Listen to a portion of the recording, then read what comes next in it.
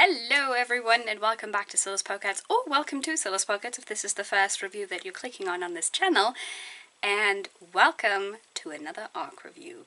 And this time we're going to be talking about the fantastically gory and beautifully sexual A Fealty of Monsters by Ladz. This book was fantastic. First of all, I loved it. Second of all, let's talk trigger warnings. So, as I said, this book is incredibly gory, this book is incredibly sexual, and I just want to read the trigger warnings for you real quick so everyone can be on the same page, and those who think like this sounds like entirely too much and not their thing can just click off in peace and not feel bad about themselves. So, trigger warnings for Fealty of Monsters are blood, gore, body horror, blood drinking, needles, emetophobia, specifically about vomiting blood, mosquitoes, patricide, infidelity, explicit sexual acts and situations, dubious consent, self-harm for magic use, depiction and discussion of alcoholism and drinking, depiction of a panic attack, mentions of war, and mentions of sedition. There you have it. So, let's talk about what this book is actually about and how much I loved it, because I did. I absolutely adored this.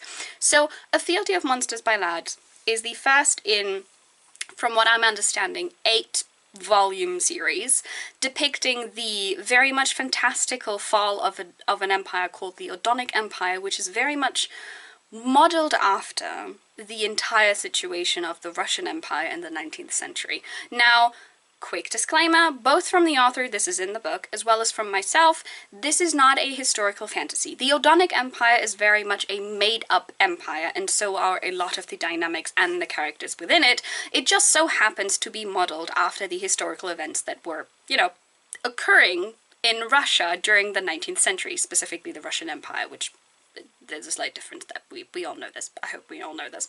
So, if you find yourself well-versed in the historical events of that time and you start reading A Fealty of Monsters and some things don't necessarily make that much sense to you, might be because this is still a fantasy book. I personally find that distinction to be very important.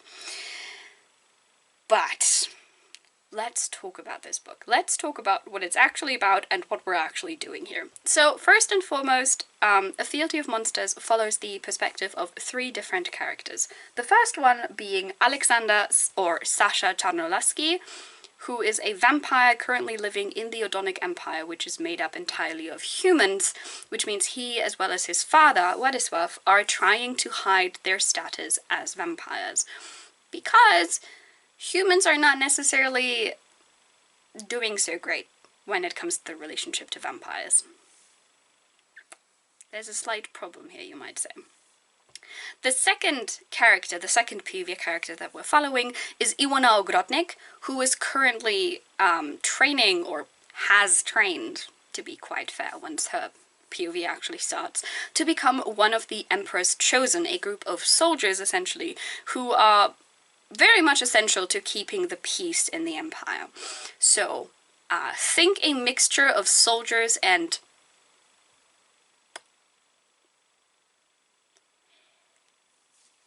Secret Service? Yeah, I think that fits. I think that fits. So, she has been doing that. She continues to do that. The very important distinction here is she's not necessarily sworn to the Emperor, she's sworn to the Empire. This is very important for political things that happen throughout the book, and probably also later on. And the third and last POV character of the first volume is Uta Myśliwska, who also technically trained to be one of the Emperor's Chosen, but at the last second decided that that was not necessarily the way that she wanted to go, because she does not necessarily want to protect the Empire, she very specifically wants to protect one person, that person being Svetlana Ivanovich, the daughter of the current Emperor and Empress of the Odonic Empire. These 3 are the characters that basically color in the entire situation and everything that's happening there. Which also, of course, means that they have certain biases, let's just say it like this. Now, the thing that I really enjoyed about the Fealty of Monsters is the way it tries to combine, and also in my opinion successfully combines, personal ideas, values, and ambitions with political ideas, values, and ambitions. First of all, for example, let's just take Sasha. Sasha, as I said, is a vampire. He's trying not to get found out because humans don't necessarily like vampires. In fact, they have even created weapons specifically meant to kill vampires because, you know, apart from basically disintegrating them, it is pretty hard to kill a vampire with normal weaponry because they're undead monsters. Yay.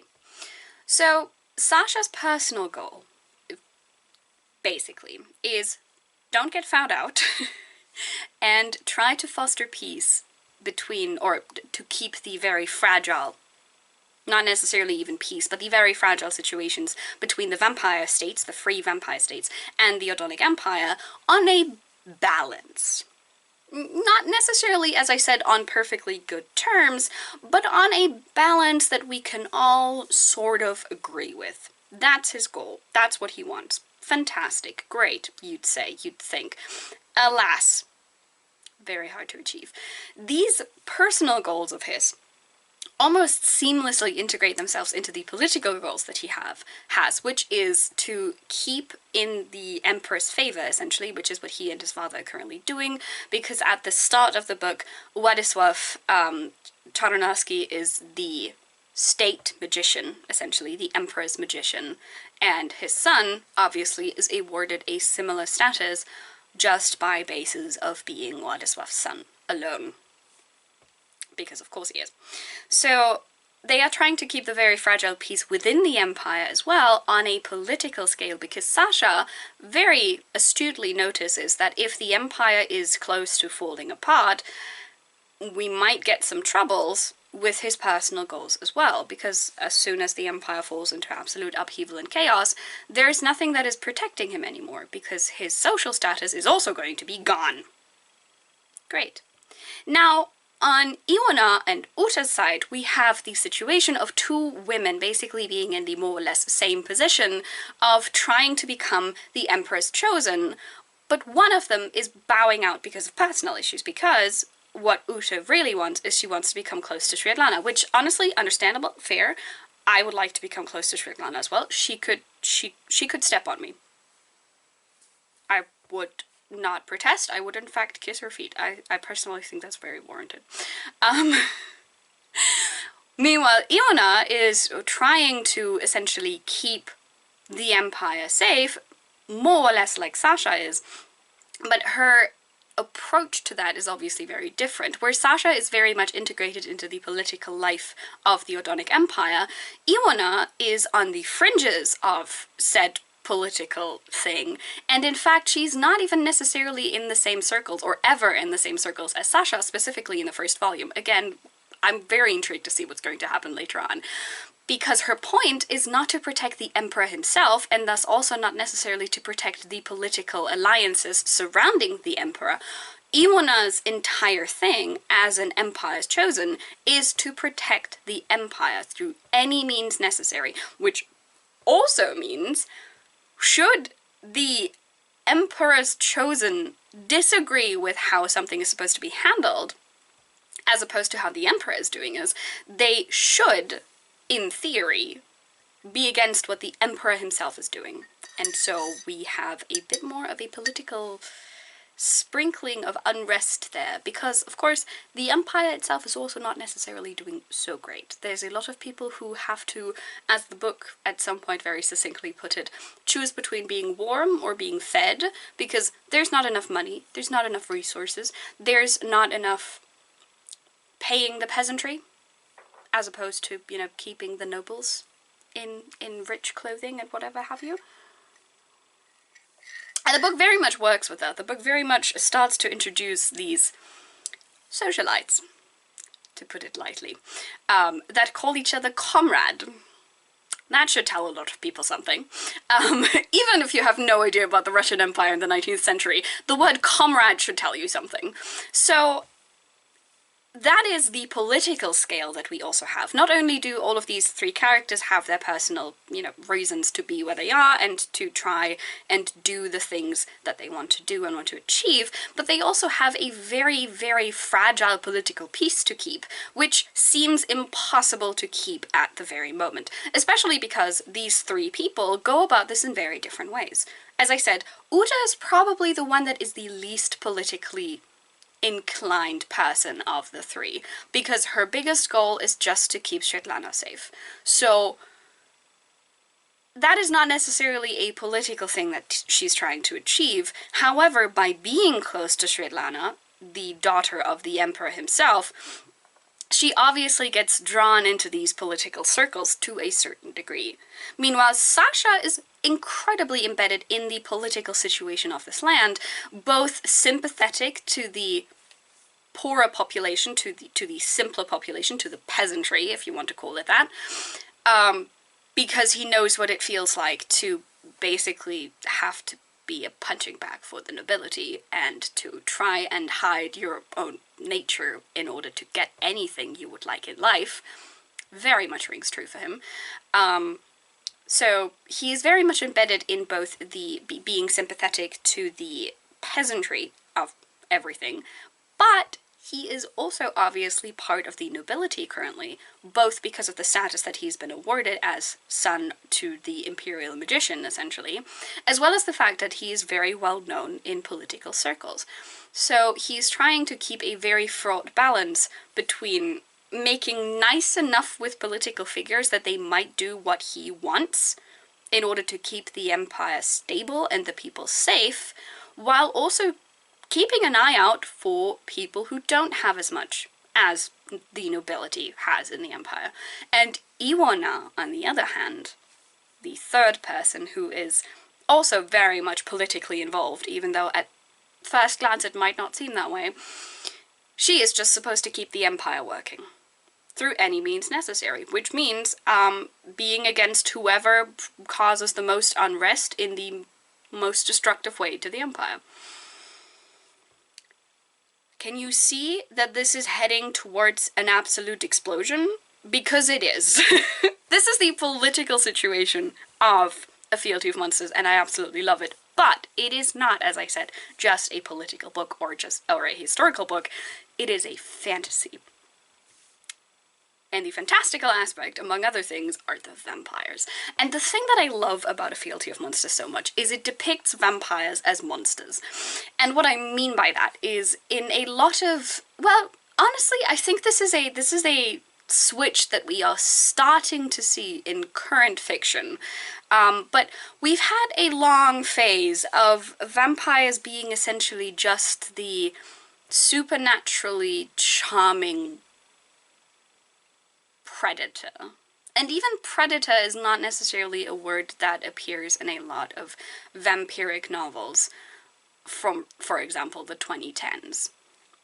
And what I love about A Fealty of Monsters is they are monsters. Vampires are monsters. The point is not to make a vampire as human-like as possible. The point is, humans and vampires are not the same.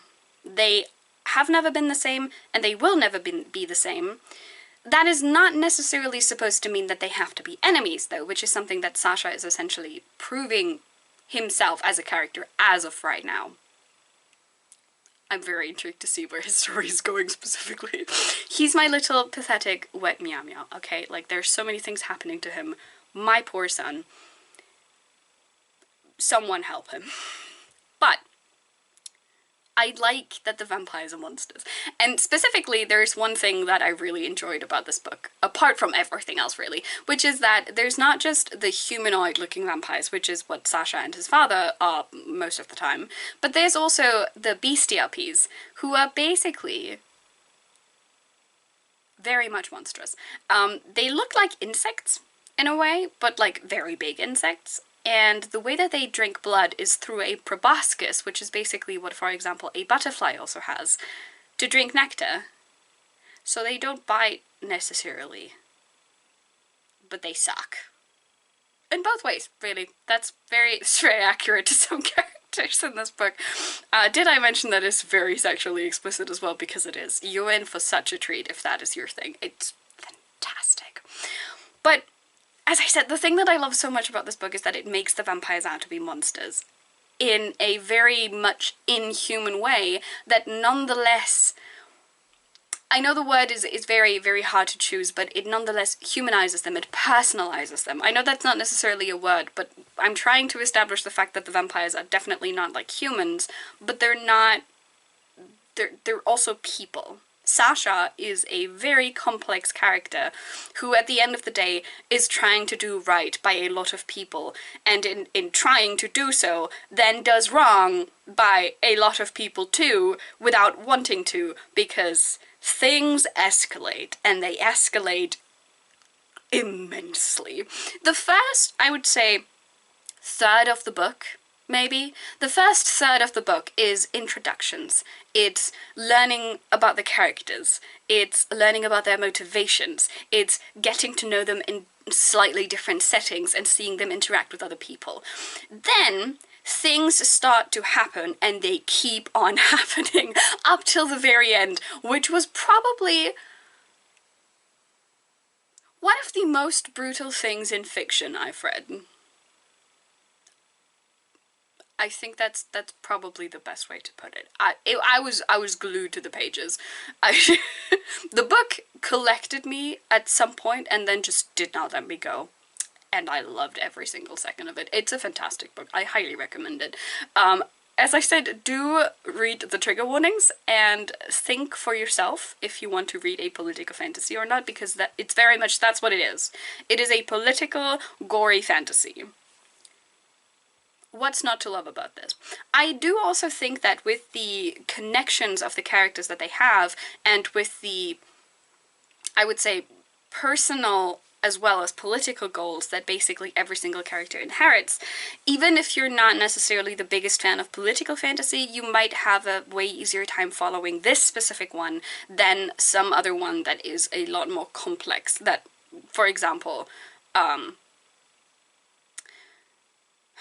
I kind of don't want to say Game of Thrones, but Game of Thrones. If Game of Thrones wasn't entirely your vibe because it felt a bit too political with everyone having so many goals on how to specifically get to a throne or something, I personally think a Fealty of Monsters might still be up your alley because of the very intricate connections between personal goals and political goals that happen in the book, which I also really loved, and I cannot wait to see explode in people's faces. If there's one thing to say about this book, it's that basically every single main character has pretty good intentions, and then things just happen, and the intentions just go out the window. And I'm so sorry for all of them. They have already suffered so much, and I just know that they're going to suffer even more, and I'm so excited. I'm so excited for the next installment in this series. I absolutely cannot wait.